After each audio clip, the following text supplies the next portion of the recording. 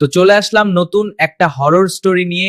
এই গল্পটি আমাদের ত্রিপুরার একটি গল্প। সিপাহীজলার সেই ছায়ামূর্তি ঘটনাটি 90-এর দশকের শেষের দিকের।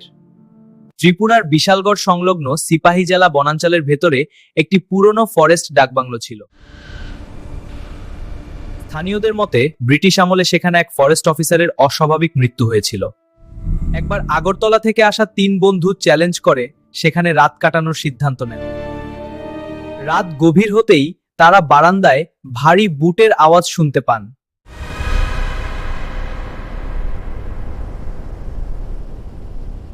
অথচ বাইরে গিয়ে কাউকে দেখতে পাননি।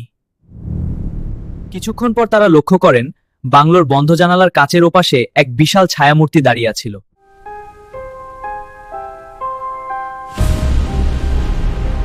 যে ভয়ানক ব্যাপার ঘটে তখন ঘরের ভেতরে রাখা ভারী কাঠের টেবিলটি নিজে থেকেই নড়তে শুরু করে।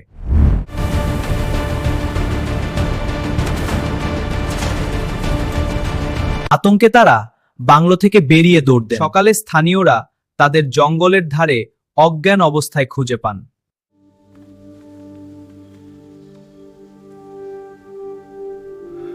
আজও স্থানীয়রা সূর্যাস্তের পর ওই বাংলোর আশেপাশে যাওয়ার সাহস করেন না।